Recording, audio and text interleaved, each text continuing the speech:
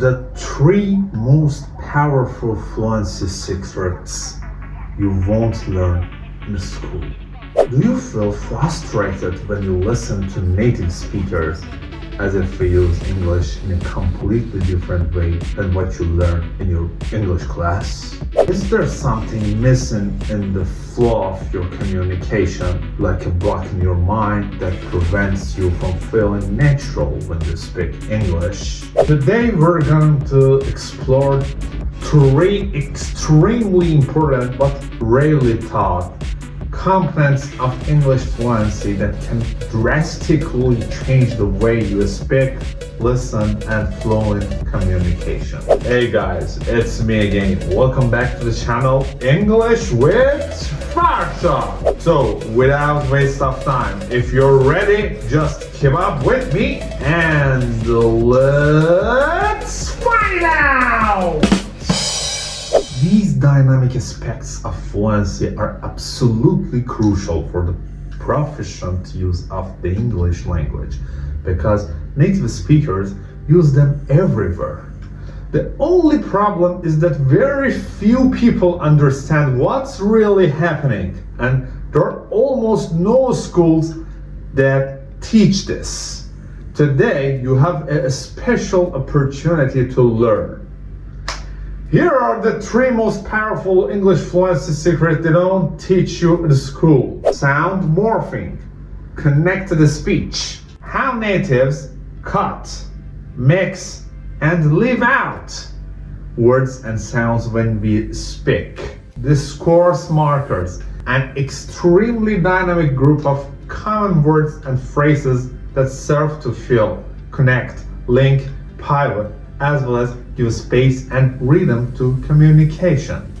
The word like is a discourse marker. Pronunciation, intonation, rhythm and flow. Elements of native pronunciation and intonation facilitate your listening comprehension and permit you to flow with the natural rhythm of fluent English communication. Here are 3 powerful fluency secrets explained. Number 1, sound morphing or connected speech. Again, sound morphing is how native speakers cut, mix, and leave out words and sounds when speaking. This is one of the biggest reasons why most English learners don't understand native speakers. Learning this is not as hard as you might think. Why most people believe that the reason they don't understand us is because we speak too fast or with too much slang. There is little or no truth to this. You have such a hard time understanding us because we cut, mix, and run our words together. And this is something 99% of English learners never have the opportunity to learn in school. Let's start by demonstrating this with a few quick examples of how the English language is really spoken versus how people learn it. I will repeat the same sentence first naturally, then mechanically, then naturally again. Part A. How native speakers really speak. Only listen. What are you gonna get when you go to the store tonight with the wife and kids? Now, textbook pronunciation. Listen and read. What are you going to get when you go to the store tonight with the wife and kids? Now, how native speakers really speak. What are you gonna get when you go to the store tonight with the wife and kids? For example, what are you gonna get when you gotta store the night with the wife and kids? This is how we really speak.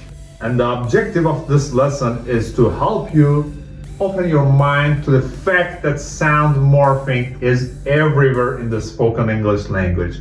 If you learn to understand and use these, it will help your fluency a lot. So now let's go to 10 common examples of sound morphing. For example, whatcha? What are you? Whatcha? What are you doing? What you doing? What you doing? Or would you? Would you?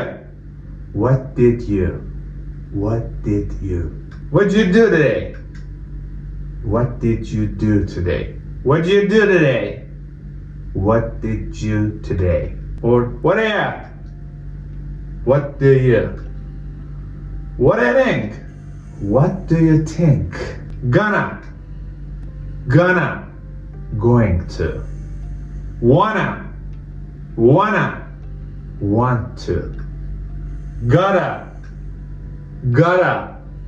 got to. Shoulda, should have. Coulda, could have. Woulda, would have. Gimme, give me. Second one, discourse markers.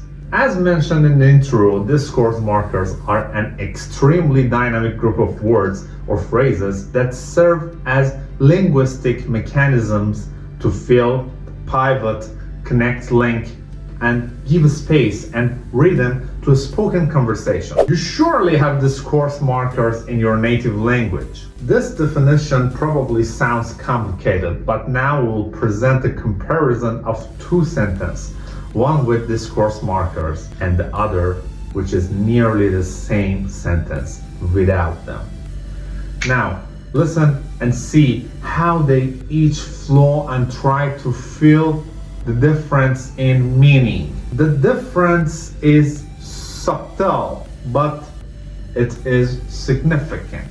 So, look, you see, I'm not like totally fluent in Italian, but it's kind of similar to Spanish. Well, I mean, they aren't exactly the same, but they've kind of like similar grammatical structures, You can argue that example B is way more objective, grammatically correct and clear. But I would like to emphasize that native speakers don't speak like this because fluent English speakers do not speak like robots. We are human and we need these spaces to think, reflect, change direction, and communicate delicate, intangible, and ambiguous points. I will admit that first one is an exaggeration of the use of discourse markers. If you speak with too many discourse markers, you either seem like an adolescent. See the Justin Bieber interview when he uses the discourse marker like 63 times, or that you're not sure about what you're saying. Knowing how to use discourse markers competently is very important for fluent communication. Native speakers use discourse markers all the time, and without a doubt, you use these in your native language. They give us time to think, to flow, to fill the spaces, to change the subject, and to connect with the subjective feel of communication. So, how to use actually? How to use now? Short list of discourse markers. Well, so, look, kind of, like, alright, anyway, actually, now. Even if you know these words in a literal sense, it's important to explore the many dynamic ways that we use them and be open to new ones because there isn't a lot of good information about the way we really use them. My advice, number one, pay attention and learn to understand them. And two, play with them, use them with your friends and make them part of your English. And three, relax and keep learning. Now, go to the third one, pronunciation, rhythm, and flow. The final fluency secret is a group of little-known pronunciation strategies. Truth is that most English learners have a totally mistaken approach to pronunciation. You can't learn it mechanically, and you can't learn it from a textbook. The first thing you need to know is that your accent is not the problem.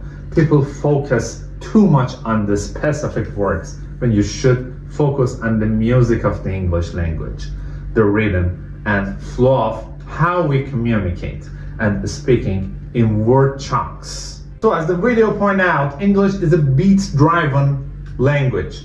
To master the flow of English pronunciation, you need to develop an entirely new approach to learning. Here are 3 important pronunciation tips.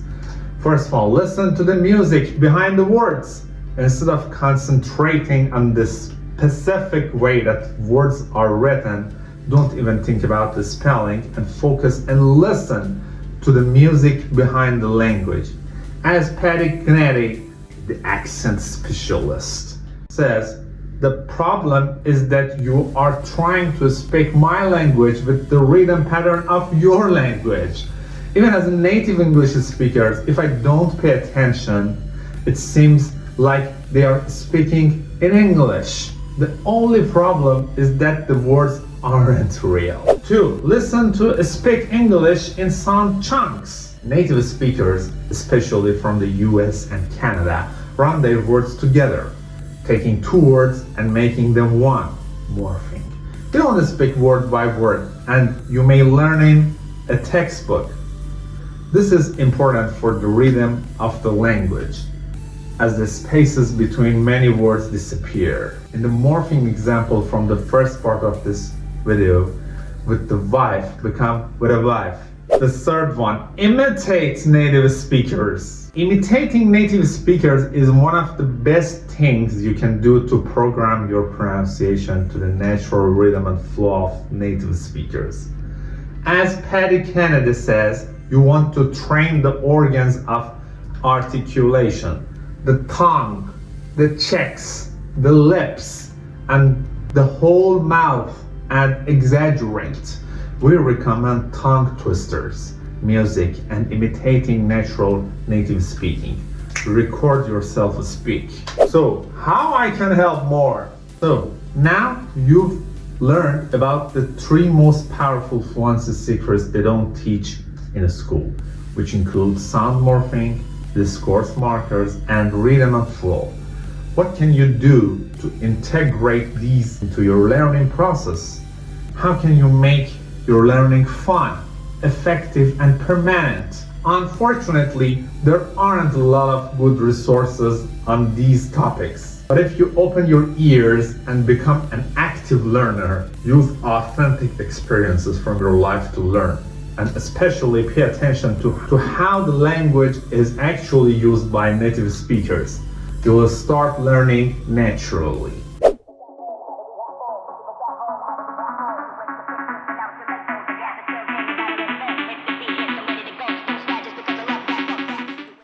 So guys, this is the end of this video. I hope you enjoy it and understand it well. Needless to say, you can suggest my channel to the ones who are interested in learning English. As always, if you like this video, please hit the like button for me. You can leave a comment below.